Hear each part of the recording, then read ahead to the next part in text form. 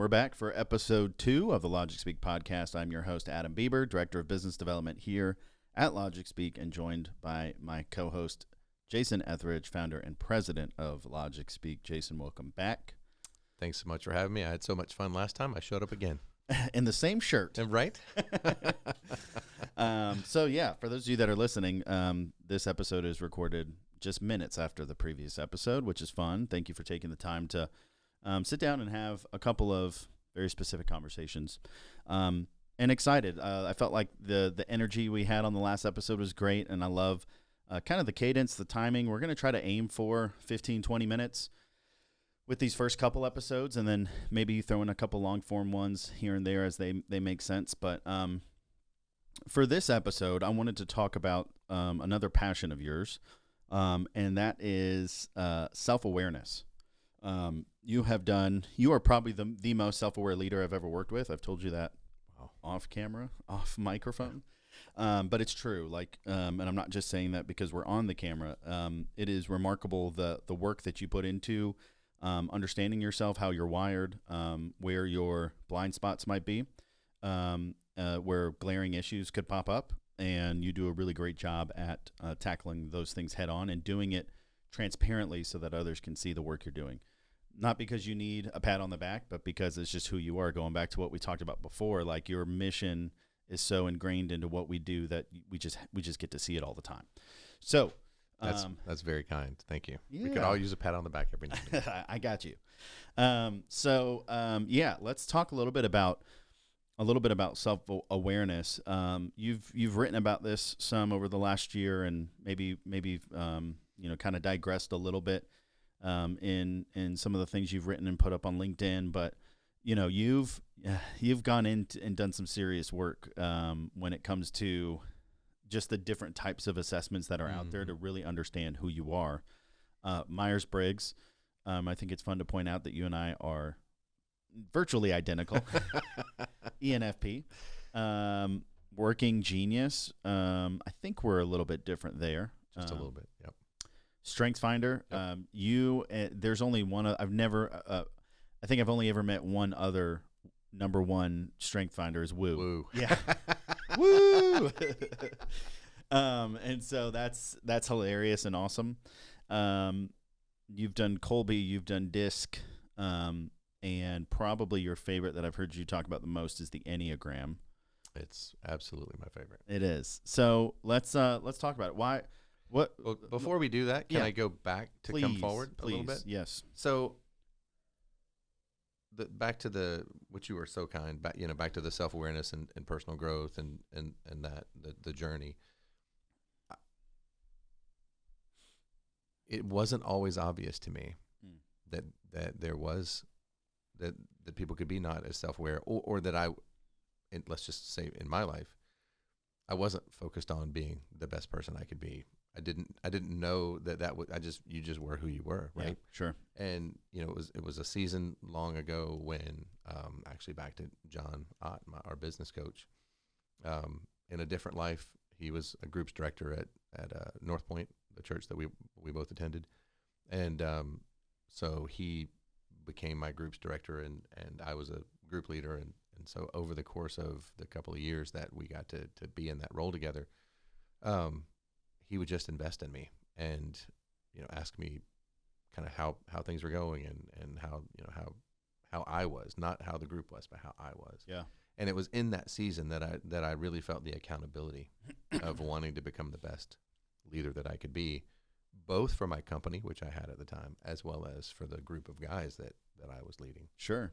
So that started the journey that has continued on, and probably I hope will continue until the day they put me in the ground. Yeah. That's kind of my goal. But yeah, so what was your question? Well, no, I'm glad that you shared that context. We may have to keep a whiteboard up here and just put a little tick on it every time John Ott gets mentioned on the podcast, because we're 2 for 2 on episodes right now. We'll have to have him in as well. I'm sure. But no, it's great, because usually there is an event or some type of opportunity that's given to us that points us down the direction of self-awareness. Yep. Self-actualization, maybe, starting to kind of realize the passions and the desires and the wiring and the the things that are kind of ingrained in who you are. There's a fun kind of psychology deep dive you can do on the nature nurture. What did you get from your parents and your upbringing? What's kind of in your, and also in your DNA, but then, what has surrounding influences like John and many others had on you to kind of point you in that direction. So it's awesome to kind of hear that backstory. As you've done that, you've also pursued things like counseling and things like, very intentional business coaching with John and so being a bystander of a lot of that, seeing it kind of play out, I get to be the beneficiary after many years of work there. But as you've kind of done those assessments, let's talk about them kind of from a broad scope, and then we'll dive into your favorite. But like, what is the overarching goal, and then like, what do you glean from it? Yep. So the interesting thing, if I could come up with like the high level bullseye of all of the assessments, it's just know thyself. Yeah, sure. Right? Like, yep. To completely know who you are, and then to be able to become who you want to be. Yep. So, kind of my view of assessments is that every single one of them is imperfect. None of them give you a complete view of you. It's great. They all are, they all add puzzle pieces to the puzzle, this beautiful puzzle that is you. Yep. So, which is why we don't, there's no assessment that can say, here, okay, hire that person or don't hire that person, or, it's nothing like that. My goal in assessments is to learn more about myself. Yeah. And, there are some, that give a different view, like the DISC profile will tell you a little bit more about how you show up, kind of work-wise and those kinds of things. And Enneagram is kind of more, who you are. And so it's very interesting to me. And I learn something about myself every time I take a new assessment. Yeah. Yeah. Well, I've had the opportunity to take, I think, all of those, and some of them here, but also I kind of showed up at least attempting to be self-aware. And so, having that experience helped because I kind of understood the language that you were speaking as you were kind of explaining things, and some of the work that we've done as an organization to be aware of kind of how we're wired and how we show up to the workplace and our personality and, introversion versus extroversion and kind of all of that. And what I think is a great call out you just made is this isn't like a diagnosis, right? And this isn't who you are, but like you said, it's a puzzle piece. And so feel free to read some of these assessments of yourself and go, nope, that's not me. Mm-hmm. As long as you're not lying to yourself, that right. kind of defeats the purpose. Right. But I think it's okay to like read some of the results and go, I don't know if that's me, but when you do find the ones that like, oh, that's 100% me in the best way or the worst way, that drives up that self-awareness, right. With just how you are and who you are. And so, you and I, we were I think we were in a meeting recently, and I was, I had a little bit of homework to bring to the meeting, and I took a couple of different data points and then had an AI large language model create an outline or some compelling questions, and the look on your face of just I felt like you were a proud dad watching me use the technology finally. But no, it was hilarious because you took it a step further and you had Copilot go to your assessment folder and then create a holistic representation of who you are, and the results were awesome. Astounding. Yeah, It was so cool. It was really neat to see. I mean, I feel like since we are on the Logic Speak podcast, we can insert a little bit of tech talk in here, but it's just kind of cool to see the technology tools that are readily available, and then how we can put that together with these assessments and just better understand ourselves and give others too, like the fact that you don't do these things and then like hide it from everybody. Like the transparency is what helps others understand who you are. Right. And then it makes a safe environment for everyone to explore who they are and kind of work through that and show up the way that they were wired. I think really kind of it goes back to what we talked about in our last episode of culture, building a culture. One of the things that we've done with our business coach, at another tick mark, is go through an exercise they call color towns, which is really based off of Myers-Briggs. Yep. But it's a little bit easier to digest because, everyone understanding there are all the different four letters and, all that kind of stuff. It gets a little difficult. But what we did is gave everyone, the test. Everyone got their Myers-Briggs, and then they all, there's 4 color towns. And so we were able to see who is in our town, right? Yep. And and then ultimately it helps us to relate to each other better. And if I know that, she's a yellow towner, then I she deals more in fact and more in tasks and more in, so if I'm just talking about the world as I see it in terms of the, just this kind of high level vision without any specifics and any specific action items, then that could be frustrating to her. Yeah. Right. Versus, I like to dream and, have a vision and, all the things. And so it's been and so when we did this exercise, everyone got a magnet that was their color town. Yep. And so it's hanging on, or, on the door frame. On the door frame of every door, so that when you're walking in and interacting with your fellow employees, then basically color towns, what makes them awesome and what makes them annoying. Yep. Because we all have things that make us awesome and things that make us annoying. Yeah. So it really does show up in your culture. And it allows you to give grace to each other. Yeah. Because, totally. You and I are green towners, and we can sit all day long and just be completely, at peace with each other. And, but if we were to have those same interactions with a yellow towner or a red towner or something like that, it might be completely different. Yep. Totally. Yeah. Yeah.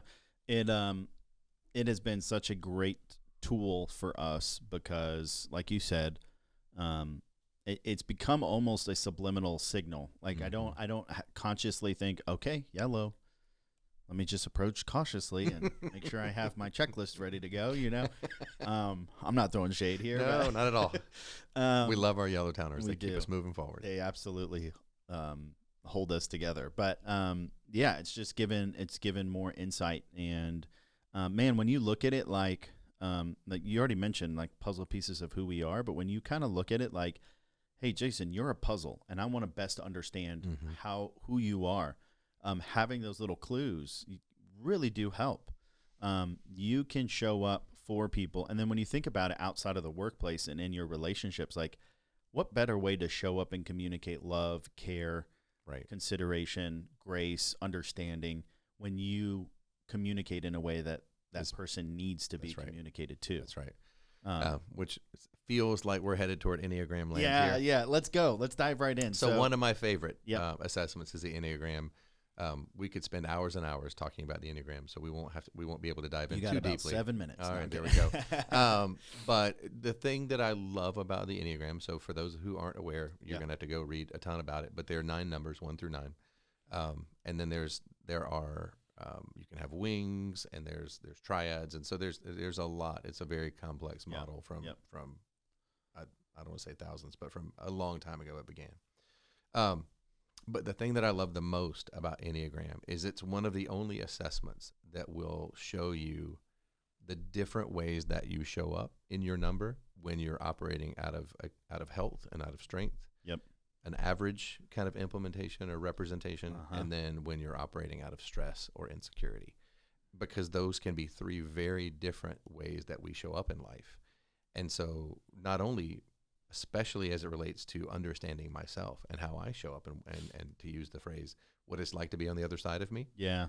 It's helpful to know, hey, if I'm in a state of stress, then I have a tendency to be interacted with like this, or you can see me in a certain way. But if I'm operating out of my strength, then these are going to be the things, and so trying to make sure that I show up authentically, but that I also show up in the best version of me. Yeah.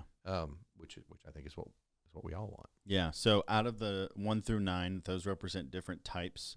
And then usually the wing is a neighbor to those types. Sometimes, I think, if I'm doing this correctly. Yeah. There are people who probably are cringing that are Enneagram experts that are like, no, you're talking about it wrong. But yes, I think that's pretty close. So for me, I'm a 2-wing 3. Which it makes us both wired a little bit differently because you are an Enneagram 7. I am a 7. What is the 7? So the 7 is the enthusiast. Yep. You know, like I'll just read you here. Generally, 7s are excitable, spontaneous, curious, optimistic, eager, outgoing, future-oriented, adventurous, variety-seeking, quick, and talkative. And it ended with talkative, and I feel Sounds about right. Yeah, I feel so attacked. Or seen, whichever one you want to. Yeah, but so then here's the edges. 7s get into conflict by being scattered, distracted, restless, impatient, thrill-seeking, escapist, overextended, irresponsible, demanding, and excessive. Ooh, talk about a gut punch, Right? But it's helpful to know, and certainly at times I can read through those conflicts and say, oh yeah, I can certainly see how I showed up that way. Yep. Some of them, back to your point, I don't feel like I'm escapist.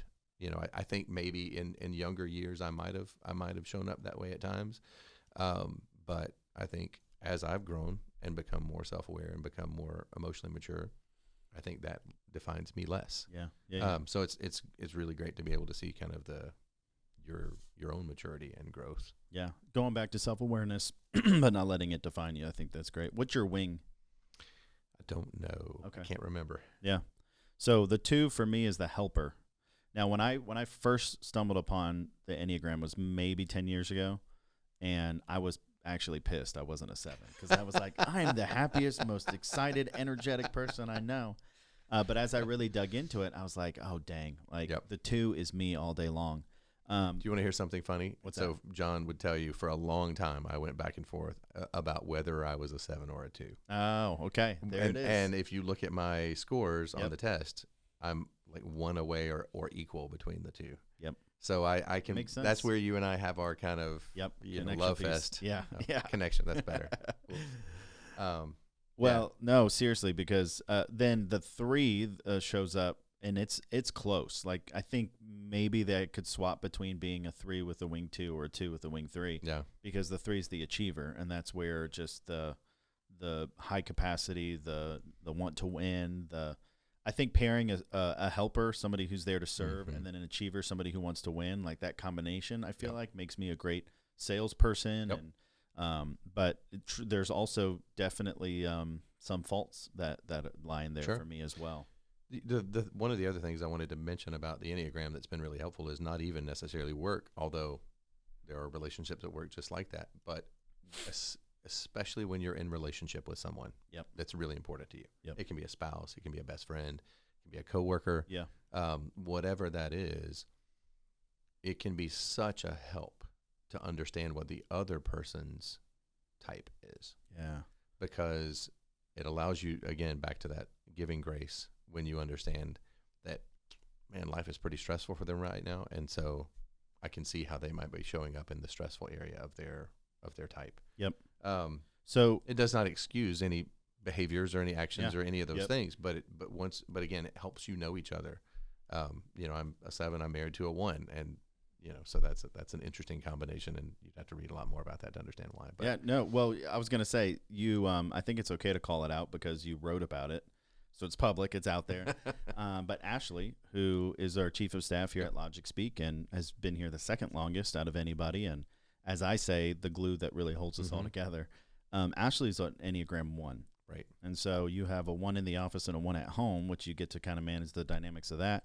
But you've actually talked about how understanding Ashley's wiring when it comes to the Enneagram has helped you adjust your communication when you collaborate and work with her. Absolutely. Speak on that for a minute. Well, without knowing, any sort of conversation can absolutely stress the other person out, right? And so, with Ashley and I, what it took us a while to realize is that my kind of dreaming was creating a massive task list in her mind that she could never complete. Yep. And for a 1, right, to be able to kind of feel like they've done a good job, they have to be able to control their world and complete those tasks. And so, without knowing it, I was stressing her out, right? Yeah. And so we've been able over the 12 or 13 years that we've been together here at this company, and I've known her now for almost 20 something years, 25 or something. Been able to develop that, and understand each other in such a way that it's like, okay, all right, Jason just wants dream time. Let me just sit and listen without, kind of trying to decide how we're going to accomplish all this. And then back to the whole EOS, she can then, as an integrator, say, okay, well, here, out of those 20 things, we're going to do these 2, and I'm gonna not worry about these other 18 for now. Yep. And that has become shorthand for us that allows the organization to move forward more efficiently without either of us feeling really stressed out. It's great. Which That's has so been really good. great. Yeah. If you could recommend one assessment to someone listening right now, would it be the Enneagram as a place to start? For personal use, Sure. absolutely 10 times out of 10. Yep. Because again, there's lots and lots of information about the Enneagram. Everyone I've ever bought a test for, it's like $12 or something like that. Everyone I've ever bought a test for has been like, how did they know? I've never given it to someone and they're like, this doesn't feel like me at all. So for personal growth, Enneagram is a great place to start, to really kind of being authentic. Sure. And knowing how you show up in the world. And you'll feel convicted at times, but the other thing to say is that every number is equally as good, every number is equally as challenging. There are no better or worse numbers. 100%. We all, there's all of us in the world. It takes us all. Yeah. And we need each other. We need all those types. That's exactly right. I'm so everybody. grateful for the ones in my life. Otherwise, I'd never get anything done. Yeah. Isn't that the truth? One thing I do want to mention kind of as we wrap up here, the tendency or the potential pitfall that I've seen take place, I'm sure you have too, is where somebody does this deep dive and rather than live in self-awareness and grace for yourself and trying to have understanding for others, you use it as a ticket to behave the way you want to behave. Well, I'm just an 8, so you're welcome. Yeah. Get what you get. Yeah, you get what you get kind of thing. And that is probably one of the biggest pitfalls too. It's a misapplication of what the Enneagram is for. And also if you read a lot about it, it is not intended as a diagnosis of other people. Yeah. Right? Like, oh, well, you must be a whatever because this is how you showed up today. Yeah. Right. Like it is meant for personal growth. It is meant for personal knowledge of oneself. And then if someone shares with you their number, then, that's where the conversation happens of, oh, I can see now how you might have shown up that way when this was a challenge. And, totally. So it really gives you understanding of how another person is showing up. It's great. Yep. Fantastic. Really good. Any closing thoughts? Closing thoughts on assessments. Maybe you already kind of mentioned the personal, but like maybe a business owner or somebody that's listening. Well, like, that's great. So from from a business perspective, I would highly recommend building in some assessments, not only in the hiring process. Yeah, sure. Not to hire or not hire, but to understand how they fit into the dynamics of your company or your group. Yep. And then assessments built into your training and investment into your employees. Yeah. Because again, Color Towns has been so worth it for us because now it's become part of our language. Yep. It's become part of, every time someone works here, they take the Myers-Briggs, they get their Color Town, they get their information, and then we're able to integrate them into our towns, and so our to culture. speak, and our culture. Sure. So they are incredibly valuable mm-hmm. as long as they're used for good and not for evil. Yeah. Right. So, on the way in, we certainly have a couple of assessments that we give our candidates and certainly as they're being hired, but it's not to deem them worthy or unworthy or good or bad or any of those things. It's to understand them better. Sure. And to understand how they would join or the makeup of our group. Yeah. So, but highly, highly recommend. With great power comes great responsibility. No, absolutely. Quote, Uncle Ben. Uncle Ben. Well, this is awesome, man. Thank you so much for sharing just some of your thoughts and conviction about just the power behind self-assessing and how it can really play a huge impact in your personal and professional dynamics and relationships. I think it's great. Hopefully this is helpful for others that are listening. Awesome. And if not, it's just episode 2 on the there you go. on the podcast. Stay tuned for episode 3. That's right. Thanks, Jason. Appreciate you. Take care.